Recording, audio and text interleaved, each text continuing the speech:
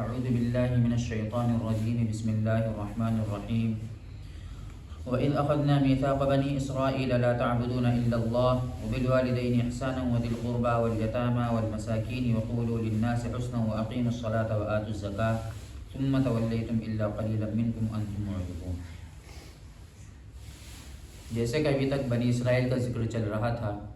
کہ پیچھے آیا کہ اللہ تبارک و تعالیٰ نے بنی اسرائیل کو کن کن نعمتوں سے نوازا اور ان کے اوپر کیا کیا نعمتیں اپنی نازل کی، اور ان کے اوپر ان سے کیا کیا وعدے لیے، انہوں نے کن وعدوں پر عمل کیا، کن پر نہیں کیا۔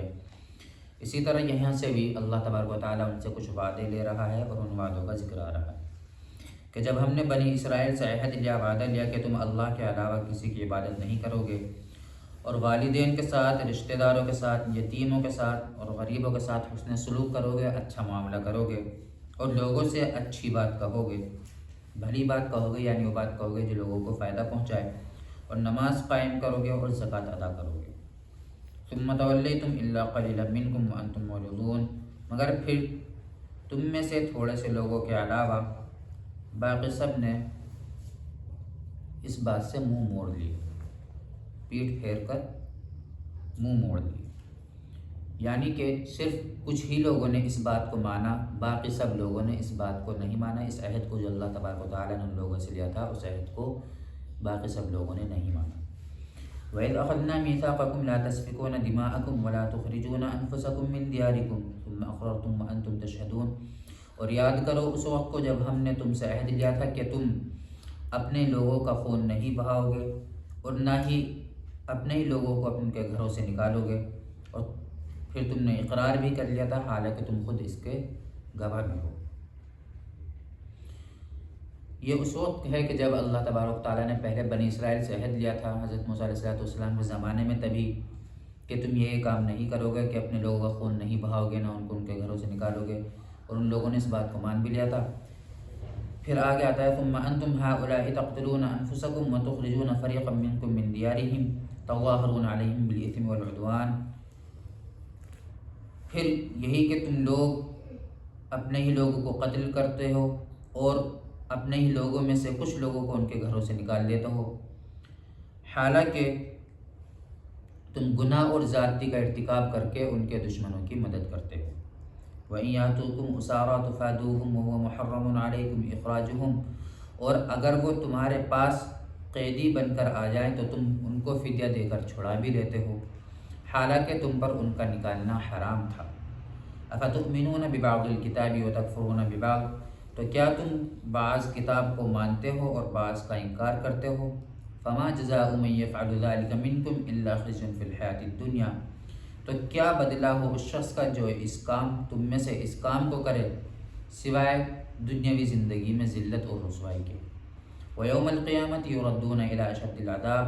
اور قیامت کے دن ان لوگوں کو سخت عذاب کی جانب دھکیل دیا جائے گا۔ وَمَا اللَّهُ بِغَافِلٍ عَمَّا تَعْمَلُونَ، اور قیامت کے دن ان لوگوں کو سخت عذاب کی جانب دھکیل دیا جائے گا، بھیج دیا جائے گا۔ وَمَا اللَّهُ بِغَافِلٍ عَمَّا تَعْمَلُونَ، اور اللہ تبارک و تعالیٰ تمہاری کرتوت سے، تمہارے اعمال سے غافل نہیں ہے، بے خبر نہیں ہے۔ یہ ایک واقعہ ہے کہ یہودیوں کے دو قبیلے تھے، بنو قریظہ اور بنو نذیر۔ اسی طرح مدینے میں بت پرستوں کے بھی دو قبیلے تھے، ایک اوس اور ایک خزرج۔ تو جب اوس اور خزرج کی آپس میں لڑائی ہوتی تھی تو بنو قریظہ اوس قبیلے کا ساتھ دیتا تھا اور بنو نذیر خزرج قبیلے کا ساتھ دیتا تھا۔ اسی کے بارے میں یہاں پر فرمایا ہے کہ تم میں سے بعض کی مدد کرتے ہو۔ یہاں پر ہے وَتُخْرِجُونَ فَرِيقًا مِّنكُم مِّن دِيَارِهِمْ تَظَاهَرُونَ عَلَيْهِمْ بِالْإِثْمِ وَالْعُدْوَانِ، کہ تم گناہ کا ارتکاب کر کے ایک دوسرے کی دشمنوں کی مدد کرتے ہو، یعنی کہ گناہ کیا کرتے ہو کہ تم ان کی لڑائی کی وجہ سے، جو لڑائی بت پرستوں کی آپس میں چل رہی تھی، قبیلہ اوس اور قبیلہ خزرج کی، تم ان کی لڑائی میں داخل ہو کر کے تم خود آپس میں ایک دوسرے کے دشمن بن بیٹھے، یعنی کہ بنو قریظہ اور بنو نذیر جو کہ یہودیوں کے قبیلے تھے۔ اصل لڑائی اوس اور خزرج کی تھی، لیکن جب ان دونوں کی لڑائی ہوتی تھی تو یہ دونوں بھی بنو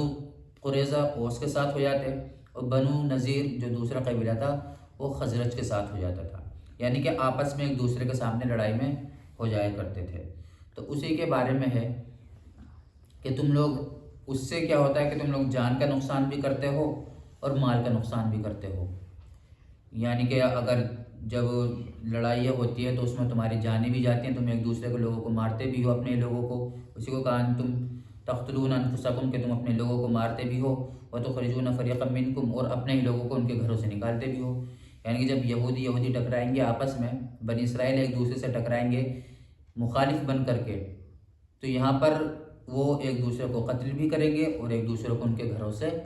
نکالیں گے بھی۔ تو اسی کو اللہ تعالیٰ نے کہا ہے کہ تم بعض کتاب کو تو مانتے اور بعض کو نہیں مانتے۔ بعض کو ماننے کا مطلب کیا ہے؟ وہ اگلا یہ ہے کہ وَإِن يَأْتُوكُمْ أُسَارَىٰ تُفَادُوهُمْ وَهُوَ مُحَرَّمٌ عَلَيْكُمْ إِخْرَاجُهُمْ،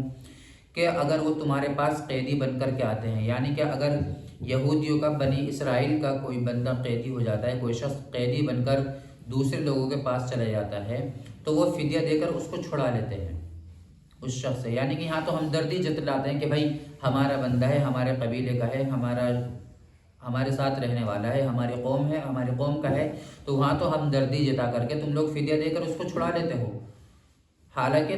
تو پھر اگر تمہیں اتنی ہی ایک دوسرے سے ہمدردی ہے، اتنی ہی محبت ہے، تو آپس میں لڑتے کیوں ہو؟ پھر کیوں ایک دوسرے کو گھروں سے اجاڑتے ہو؟ تو اس کا مطلب تو یہ ہوا کہ افتؤمنون ببعض الکتاب وتکفرون ببعض، کہ تم لوگ، جو تمہارے اوپر کتاب نازل ہوئی تھی، جو کتاب تمہیں دی گئی تھی توریت کتاب، تم اس کے بعض کتاب کو تو مانتے ہو، یعنی کتاب کے بعض حصے پر تو ایمان لاتے ہو، وتکفرون ببعض، اور بعض حصے پر ایمان نہیں لاتے۔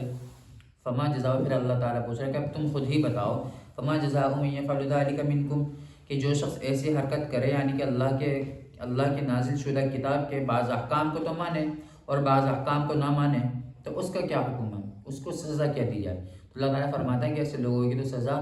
دنیا میں تو رسوائی ہے، ذلت ہے، اور آخرت میں ایسے لوگوں کو سخت عذاب کی جانب ڈھکیل دیا جائے گا۔ اور وہ کیا کہ بات مان لیا کرتے تھے بعض، تو بات یہ مان لیا کرتے تھے کہ وہ اس کو فدیہ دے کر چھڑا لیا کرتے تھے، وہاں تو ہمدردی جتلاتے تھے کہ بھئی ہمارے قبیلے کا ہے، ہمارا ساتھی ہے، اس لیے اس کو فدیہ دے کر چھڑا لیتے تھے۔ یہ بھی اس کا حکم تھا، توریت میں ان کو یہ حکم دیا گیا تھا کہ اگر تمہارا ساتھی کوئی کسی کے پاس قید ہو کر چلا جائے تو فدیہ دے کر اس کو چھڑا لو۔ یہاں تو